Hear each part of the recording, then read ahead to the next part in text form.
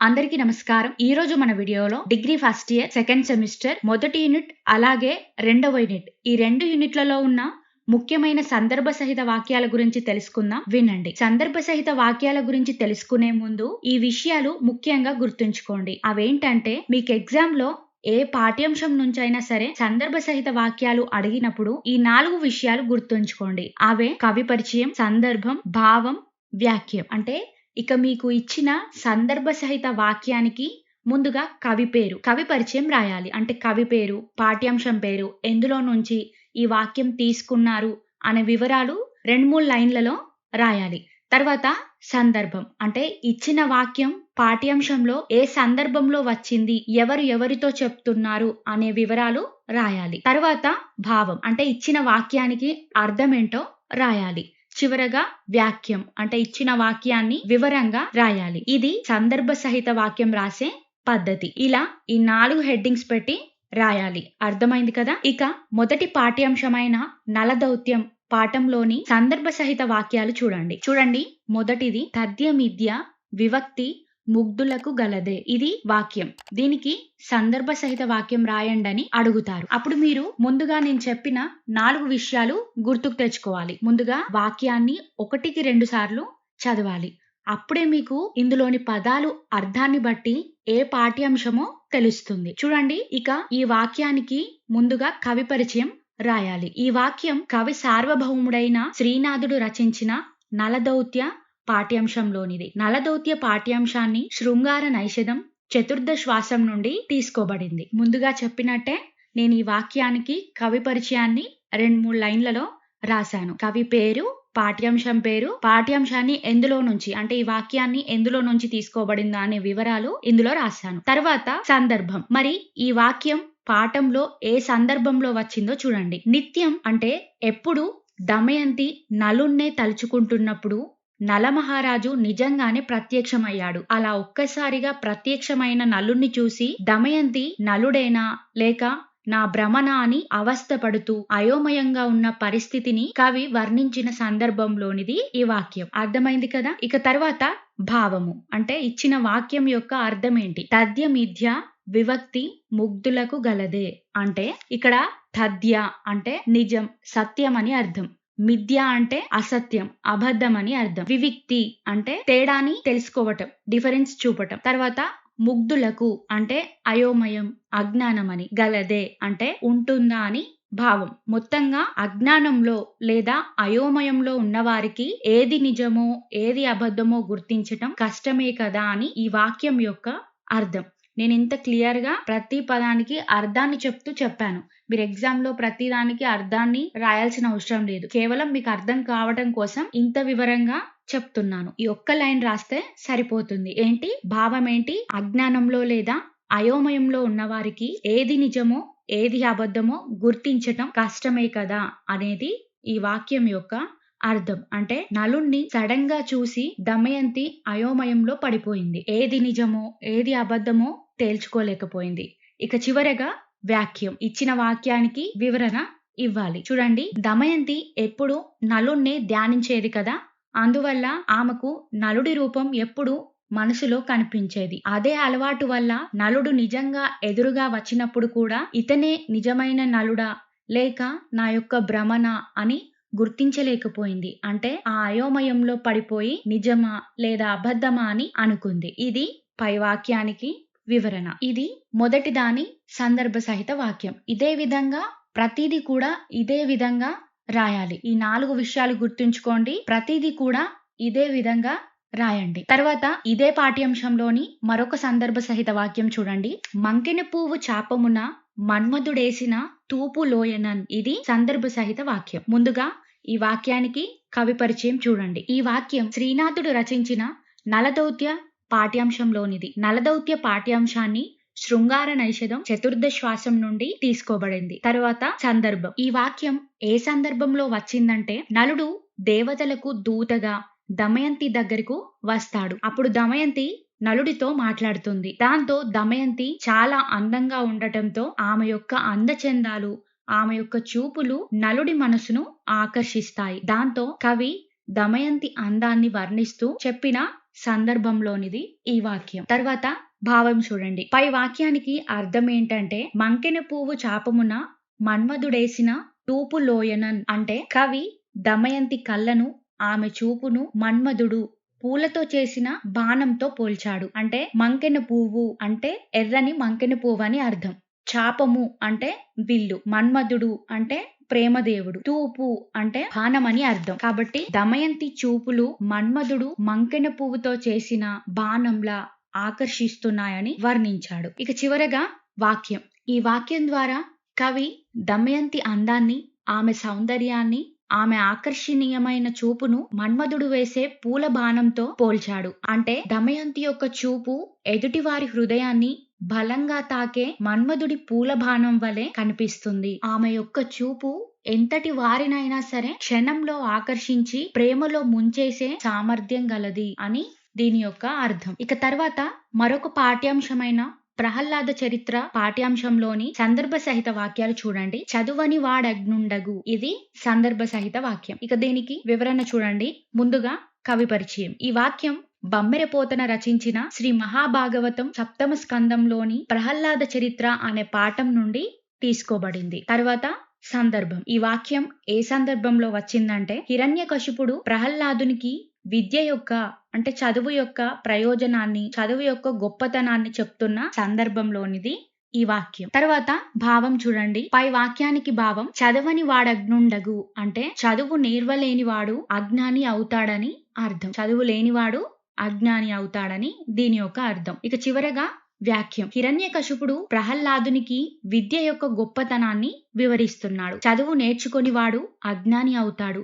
చదువు వల్ల మంచి చెడులు తెలుస్తాయి, జ్ఞానం పెరుగుతుంది. అందుకే ప్రతి ఒక్కరూ గురువుల వద్ద విద్య నేర్చుకోవాలి అని హిరణ్యకశిపుడు ప్రహ్లాదునికి చెప్తున్నాడు. కాబట్టి బుద్ధిగా నీవు గురువుల వద్ద విద్యను నేర్చుకొని చదువుకొమ్మని హిరణ్యకశిపుడు ప్రహ్లాదునికి చెప్తున్నాడు. ఇక రెండవది చూడండి. చదువులలో మర్మమెల్లా చదివితి తండ్రి, ఇది సందర్భ సహిత వాక్యం. ముందుగా కవి పరిచయం. ఈ వాక్యం బమ్మెరపోతన రచించిన శ్రీ మహాభాగవతం సప్తమ స్కందంలోని ప్రహ్లాద చరిత్ర అనే పాఠం నుండి తీసుకోబడింది. ఇక సందర్భం ఏంటో చూడండి.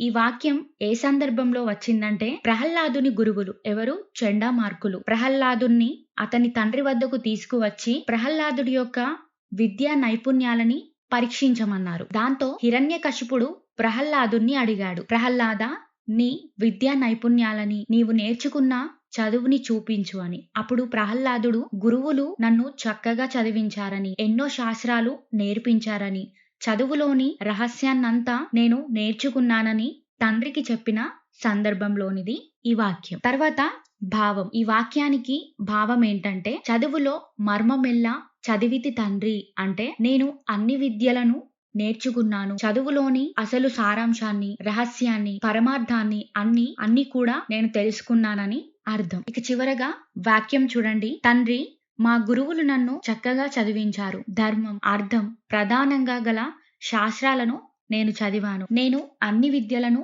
నేర్చుకున్నాను. చదువులోని సారాంశాన్నంతా కూడా నేను తెలుసుకున్నాను. చదువులో దాగి ఉన్న మర్మాన్ని నేను గ్రహించాను అని ప్రహ్లాదుడు హిరణ్యకశిపునితో చెప్పాడు. ఇక తర్వాత మరొక యూనిట్ లోని సందర్భ సహిత వాక్యాలు చూడండి. ప్రతిజ్ఞ అనే పాఠ్యాంశంలోని సందర్భ సహిత వాక్యాలు. మొదటిది, ఘర్మ జలానికి ఖరీదు లేదో. ఈ వాక్యానికి నేను ముందుగా చెప్పినట్టే ముందు కవి పరిచయం రాయాలి. కవి పరిచయం చూడండి. ఈ వాక్యం శ్రీశ్రీ గారు రచించిన ప్రతిజ్ఞ అనే పాఠ్యాంశంలోనిది. ప్రతిజ్ఞ అనే పాఠ్య భాగాన్ని మహాప్రస్థానం అనే కావ్యం నుండి తీసుకోబడింది. తర్వాత సందర్భం చూడండి. రైతు ఎండలో ఎంతో కష్టపడి పొలాన్ని దున్ని పంటలు పండిస్తాడు. అతని చెమట వల్లనే మనందరికీ అన్నం దొరుకుతుంది. అయినా రైతు కష్టానికి, అతని చెమటకు తగిన విలువ సమాజంలో దక్కడం లేదు అని ఆ బాధలో కవి ఈ మాట అన్న సందర్భంలోనిది. తర్వాత భావం. ఘర్మ జలానికి ఖరీదు లేదో అనే ఈ వాక్యానికి అర్థం ఏంటంటే, ఘర్మ జలానికి అంటే రైతు కష్టపడి కార్చిన చెమటకు అసలు విలువ కట్టలేము, కానీ సమాజం ఆ కష్టాన్ని గుర్తించటం లేదని దీని యొక్క అర్థం. చివరగా వాక్యం చూడండి. రైతు ఎండనక వాననక కష్టపడి బంగారు పంటలు పండిస్తాడు. అతని చెమట వల్లనే భూమి పచ్చగా మారి మనకు ఆహారం లభిస్తుంది. రైతు తన చెమటతో భూమిని తడిపి బంగారు పంటలు పండించి దేశానికి అందిస్తాడు. అందుకే రైతు చెమటకు ఖరీదు లేదు, వెలకట్టలేము అని కవి చెబుతున్నాడు. అతని యొక్క చెమటకి ఖరీదు లేదో అని కవి చెప్తున్నాడు. ఇక తర్వాత ఇదే పాఠ్యాంశంలోని మరొక సందర్భ సహిత వాక్యం చూడండి. శ్రమైక జీవన సౌందర్యానికి సమానమైనది లేనే లేదని. ఇది వాక్యం. ముందుగా ఈ వాక్యానికి కవి పరిచయం చూడండి. ఈ వాక్యం శ్రీశ్రీ గారు రచించిన మహాప్రస్థాన కావ్యం నుండి తీసుకోబడింది. ఈ వాక్యం ప్రతిజ్ఞ అనే పాఠ్యభాగంలోనిది. తర్వాత సందర్భం. ఈ వాక్యం ఏ సందర్భంలో వచ్చిందంటే, కార్మికులు, కర్షకులు కష్టపడటంలోనే అందం ఉందని కవి భావించిన సందర్భంలోనిది. తర్వాత ఈ వాక్యానికి భావం, అర్థం ఏంటంటే, శ్రమైక జీవన సౌందర్యానికి సమానమైన లేనే లేదని, అంటే కష్టపడి పనిచేసే జీవితానికి మించిన గొప్పదనం, అందం మరొకటి లేదని ఈ వాక్యానికి అర్థం. చివరగా వ్యాఖ్యం. కవి శ్రీశ్రీ గారు ఏమంటున్నారంటే, ఈ ప్రపంచం ముందుకు సాగాలంటే రైతులు, కార్మికులు, కర్షకులు కష్టపడుతూ వారి శ్రమే సమాజానికి ఆధారం అవుతుంది. అందుకే శ్రమతో కూడిన జీవితమే అత్యంత గొప్పది, అందమైంది అని కవి చెప్తున్నారు. ఏంటి? కార్మికులు, కర్షకులు, నిత్యం కష్టపడుతున్న శ్రామికులు, వారికి మించిన గొప్ప సౌందర్యం లేదని కార్మికుల పక్షాన కవి ఈ విధంగా వివరించాడు. ఇక చివరగా మరొక పాఠ్యాంశం వ్యత్యాసాలు. ఈ పాఠ్యాంశం నుండి సందర్భ సహిత వాక్యాలు చూడండి. అన్నపు రాసులు ఒక చోట, ఆకలి మంటలు ఒక చోట. ముందుగా అన్నిటిలాగే ఈ వాక్యానికి కూడా కవి పరిచయం చూడండి. ఈ వాక్యం కవి కాళోజీ నారాయణరావు గారి కవితా సంకలనం నా గొడవ లోని వ్యత్యాసాలు అనే పాఠ్యభాగం నుండి తీసుకోబడింది. లేదంటే ఈ విధంగా కూడా కవి పరిచయాన్ని సింపుల్ గా రాసుకోవచ్చు. ఈ వాక్యం కవి కాళోజీ నారాయణరావు గారు రచించిన వ్యత్యాసాలు అనే పాఠ్యాంశంలోనిది. వ్యత్యాసాలు అనే కవితని నా గొడవ అనే కవితా సంకలనం నుండి తీసుకోబడింది. ఏ విధంగా రాసినా ఒకటే. తర్వాత సందర్భం. కవి కాళోజీ నారాయణరావు గారు సమాజంలో ఉన్న వ్యత్యాసాలను, అంటే తేడాలను తెలియజేస్తూ చెప్పిన దాంట్లో మొదటి వ్యత్యాసం ఈ వాక్యం. ఇక భావం చూడండి. అన్నపు రాసులు ఒక చోట, ఆకలి మంటలు ఒక చోట. అంటే అన్నం ఒక చోట, ఆకలి మంటలు మరొక చోట.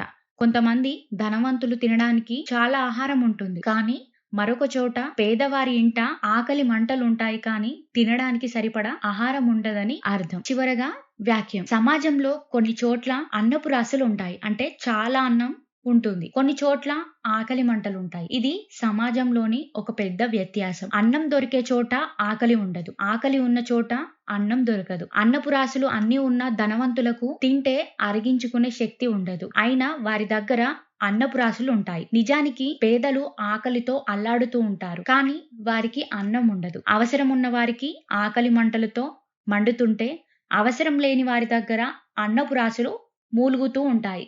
ఇది సమాజంలోని ఒక వ్యత్యాసమని కవి చెబుతున్నారు. ఇక చివరగా ఇదే పాఠ్యాంశంలోని మరొక సందర్భ సహిత వాక్యం చూడండి. హంస తూలికలు ఒక చోట, అలసిన దేహాలు ఒక చోట. ఈ వాక్యానికి కవి పరిచయం ఏంటంటే, ఈ వాక్యం కవి కాళోజీ నారాయణరావు గారి ప్రసిద్ధ కవితా సంకలనం నా గొడవలోని వ్యత్యాసాలు అనే పాఠ్యాంశం నుండి తీసుకోబడింది. తర్వాత సందర్భం. కవి కాళోజీ నారాయణరావు గారు సమాజంలో ఉన్న ధనిక, పేదల మధ్య ఉన్న తేడాలను ఒక్కొక్కటిగా చెబుతున్న సందర్భంలోనిది ఈ వాక్యం, ఈ వ్యత్యాసం. తర్వాత భావం చూడండి. హంస తూలికలు ఒక చోట, అలసిన దేహాలు ఒక చోట. అంటే దానర్థం, ధనవంతులకి విలాసవంతమైన పరుపులు ఉన్నా కూడా వారికి నిద్ర పట్టదు, కానీ పేదలు రోజంతా కష్టపడి అలసిపోయినా వారికి పడుకోవడానికి సరైన మంచము, సరైన సౌకర్యాలు కూడా ఉండవని ఈ వాక్యం యొక్క అర్థం. ఇక చివరగా ఈ సందర్భ సహిత వాక్యానికి వాక్యం చూడండి, అంటే వివరణ చూడండి. కవి కాళోజీ గారు సమాజంలో ఉన్న ధనిక, పేద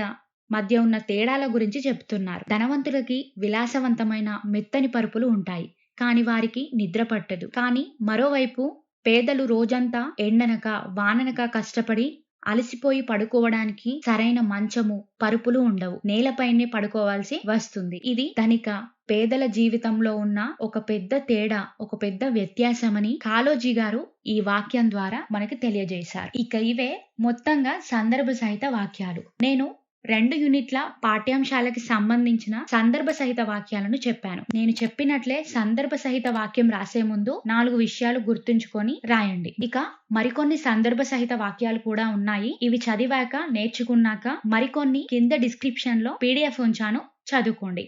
ఎలాంటి డౌట్స్ ఉన్నా నాకు కామెంట్ చేయండి. వీడియోని లైక్ చేయడం మాత్రం మర్చిపోకండి. ధన్యవాదాలు.